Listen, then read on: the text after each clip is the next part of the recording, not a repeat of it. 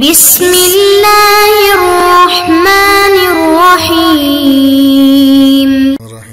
اللهم صل على محمد وعلى آل محمد كما صليت على إبراهيم وعلى آل إبراهيم إنك حميد مجيد اللهم بارك على محمد وعلى آل محمد كما باركت على إبراهيم وعلى آل إبراهيم إنك حميد مجيد۔ عزیز طلبہ، آج ہماری کتاب حسامی کا 8واں سبق ہے اور 8واں سبق تقسیمات اربعہ میں سے تیسری تقسیم سے شروع ہے۔ پہلے آپ متن اور ترجمہ دیکھیں، پھر آپ کو بات بتلاتا ہوں۔ والقسم الثالث فی وجوہ استعمال ذالک النظم وجریانہ فی باب البیان وہی اربعۃ الحقیقۃ والمجاز والصریح والکنایۃ۔ اور تیسری قسم اس نظم کے استعمال اور اس لفظ کے معنی میں جاری ہونے کے طریقوں میں ہے، اور وہ اقسام 4 ہیں: حقیقت اور مجاز، صریح اور کنایہ۔ اب اس تقسیم میں یہ چونکہ تقسیمات اربعہ میں سے تیسری تقسیم کا بیان ہے، اس تقسیم میں یہ بیان کیا جائے گا کہ لفظ کا استعمال معنی میں کس طرح ہوا ہے۔ آیا لفظ کا استعمال معنی موزون لہو میں ہوا ہے یا معنی غیر موزون لہو میں ہوا ہے، اور آیا صراحت کے ساتھ استعمال ہوا ہے یا بطور اشارہ کے۔ یہ کل 4 قسمیں ہیں، اور دلیل حصر یوں ہوگا کہ لفظ اپنے معنی موزون لہو میں مستعمل ہوگا یا غیر موزون لہو میں۔ اول کو حقیقت اور ثانی کو مجاز کہا جاتا ہے۔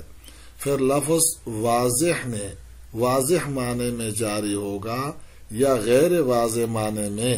اگر واضح معنی میں ہے تو اس کو صریح، اور اگر غیر واضح معنی میں ہے تو اس کو کنایہ کہا جائے گا۔ یہاں ماتن رحمہ اللہ صاحب حسامی نے جو عبارت ذکر کی ہے اس میں یہ لکھا ہے القسم الثالث فی وجوہ استعمال ذالک النظم، اور اس کے بعد لکھا وجریانہ فی باب البیان۔ جبکہ دوسرے حضرات صاحب منار اور دوسرے مصنفین میں اس عبارت کا اضافہ نہیں کیا، یعنی وجریانہ فی باب البیان کا اضافہ نہیں کیا۔ یہ صرف فخر الاسلام کی اتباع میں ماتن رحمہ اللہ نے کیا ہے، اور اس عبارت کے اضافہ کرنے کی وجہ عام طور پر شراح یوں بتاتے ہیں کہ اگر اس عبارت کا اضافہ نہ کیا جائے تو اس صورت میں یہ اشکال ہوگا کہ ان 4 قسموں کے درمیان تباین نہیں ہے، بلکہ صریح اور کنایہ حقیقت کے ساتھ بھی جمع ہو جاتے ہیں، مجاز کے ساتھ بھی، حالانکہ ایک تقسیم کے اقسام کے درمیان تباین کا پایا جانا ضروری ہوتا ہے۔ پس اس اشکال سے بچنے کے لیے فخر الاسلام نے اور ان کی اتباع میں صاحب حسامی نے وجریانہ فی باب البیان کا اضافہ کر دیا، اور یہ فرمایا کہ یہ 4 ایک تقسیم کے اقسام نہیں ہیں بلکہ 2 تقسیم کے اقسام ہیں، ایک استعمال کے اعتبار سے اور دوسری جریان لفظ کے اعتبار سے۔ پہلے تقسیم کے تحت 2 قسمیں ہیں، ایک حقیقت دوسری مجاز۔ دوسری تقسیم کے تحت بھی 2 قسمیں ہیں، ایک صریح اور دوسری کنایہ۔ خلاصہ یوں نکلے گا کہ استعمال کے اعتبار سے لفظ کی 2 قسمیں ہیں، حقیقت اور مجاز، اور لفظ کے اپنے معنی میں جاری ہونے کے اعتبار سے بھی 2 قسمیں ہیں، صریح اور کنایہ۔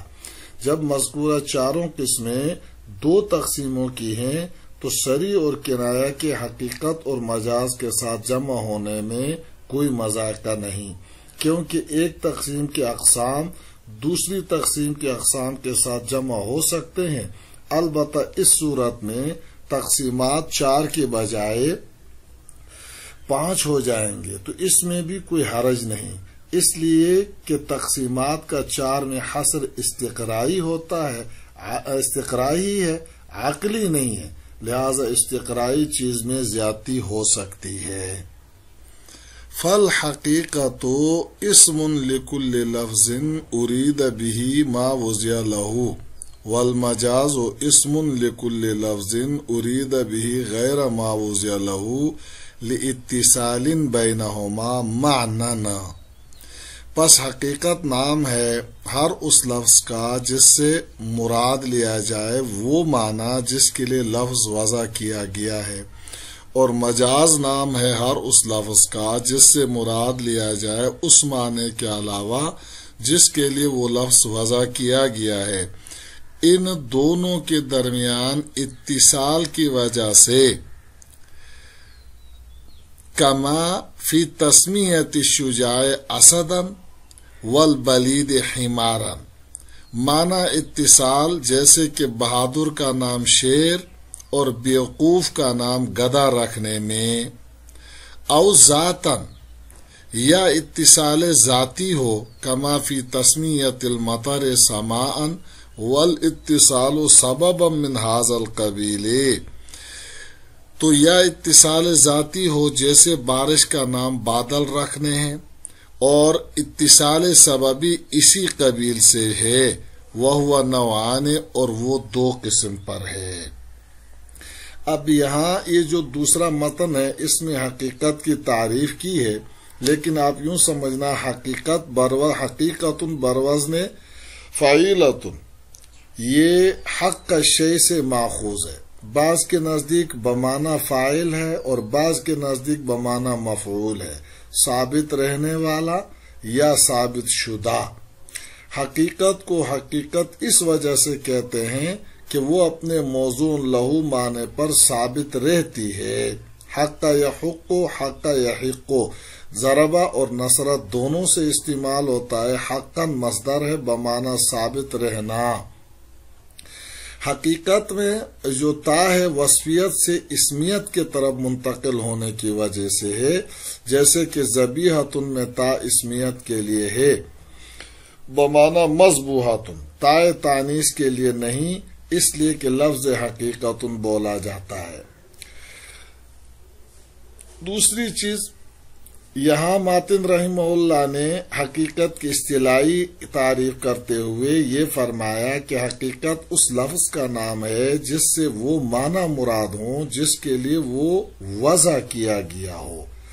اب حقیقت کی اس تعریف میں اسم لکل لفظ بمعنی جنس ہے جو کہ موضوع اور محمل مجاز حقیقت سب کو شامل ہے. اس کے بعد مصنف کا قول ارید به ما وضع له بمعنی فصل ہے. اس قید سے حقیقت کے علاوہ سب سے احتراز ہو. وضع لفظ کا معنی کے لیے اس طرح متعین کرنا ہے کہ بغیر کسی قرینے کے معنی موضوع لہو پر دلالت ہو جائے. اب وضع اگر واضح لغت کی طرف سے ہے تو حقیقت لغویہ ہے، جیسے انسان کی وضع حیوان ناطق کے لیے، اسد کی وضع حیوان مفترس کے لیے. اور اگر وضع شارع کی طرف سے ہے تو حقیقت شرعیہ ہے، جیسا کہ صلاۃ کی وضع عبادت مخصوصہ کے لیے.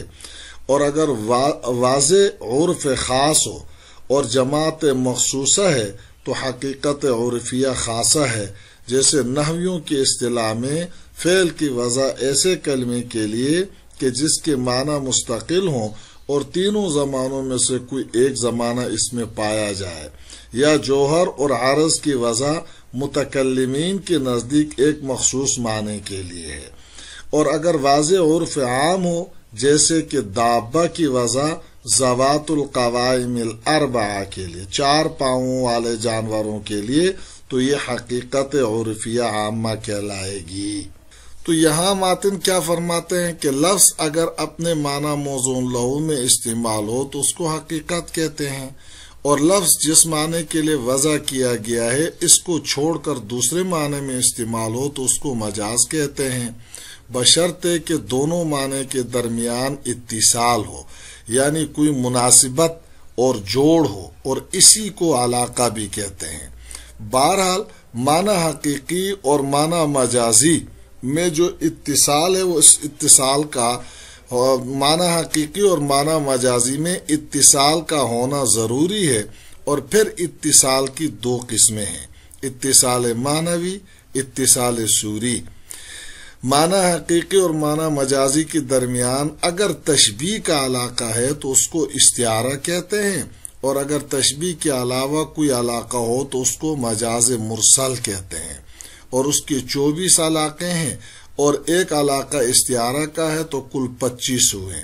مصنف رحمہ اللہ نے ان سب میں سے صرف 2 لفظ کہہ کر تمام علاقوں کو سمیٹ لیا، اتصال صوری ذاتی کہہ کر مجاز مرسل کے تمام علاقے مراد لیے، اتصال معنوی کہہ کر علاقہ تشبیہ کو مراد لے لیا ہے۔ اتصال معنوی سے مراد یہ ہے کہ معنی حقیقی اور معنی مجازی دونوں کسی ایسے معنی میں شریک ہوں جو معنی مشبہ بہ میں معنی حقیقی کے ساتھ خاص ہو، اور وہ معنی مشبہ بہ میں مشہور بھی ہو، جیسے بہادر کو شیر کہنا، یعنی اسد بول کر رجل شجاع مراد لینا۔ یہاں دونوں وصف شجاعت میں شریک ہیں، اور یہ وصف مشبہ بہ یعنی شیر کے ساتھ خاص بھی ہے، اور شیر میں بہادری کے معنی عوام میں مشہور بھی ہے۔ دوسری مثال آپ سمجھنا، کن ذہن آدمی کو گدھا کہنا، یعنی حمار بول کر بیوقوف مراد لینا۔ یہاں دونوں معنی وصف دونوں میں وصف جامع حماقت و غباوت ہے، اور یہ معنی مشبہ بہ یعنی گدھے کے ساتھ خاص بھی ہے، اور اس میں یہ معنی عوام میں مشہور بھی ہے۔ اتصال صوری سے مراد یہ ہے کہ معنی حقیقی اور معنی مجازی کے درمیان مجاورت اور پڑوس کا تعلق ہو، جیسے سما بول کر مطر بارش مراد لینا۔ یہاں سما بادل کی صورت مطر کی صورت سے ملی ہوئی ہے، کیونکہ بارش بادل سے ہی ہوتی ہے۔ یہاں مثال میں سما سے مراد بادل ہے، کیونکہ عرف میں ہر اوپر والی چیز کو سما کہتے ہیں، اور بادل بھی اوپر ہوتا ہے، جیسے او کصیب من السماء میں۔ یہاں سما سے مراد بادل ہے۔ بہرحال اتصال صوری میں دونوں کے درمیان مجاورت و پڑوس کا تعلق ہوتا ہے، یعنی دونوں معنی میں سے ایک علت، سبب، شرط یا حال ہو، یا مجاز مرسل کے 24 علاقوں میں سے کوئی بھی علاقہ ہو، تو یہ سب اتصال صوری میں داخل ہے۔ اسی لیے مصنف کہتے ہیں کہ اتصال سببی بھی اسی قبیل سے ہے، یعنی سبب کا علاقہ ہے تو وہ اتصال صوری ہے، اور اس کی 2 قسمیں ہیں، سبب اور مسبب کا اتصال پہلی قسم، علت اور معلول کا اتصال دوسری قسم۔ مصنف رحمہ اللہ نے مجاز کے تمام علاقوں کو چھوڑ کر صرف ان 2 علاقوں سے بحث کیا ہے، چنانچہ آگے تفصیل انہی 2 مطلب کا کریں گے، ان کے علاوہ باقی علاقوں کو ماتن رحمہ اللہ نہیں چھیڑیں گے۔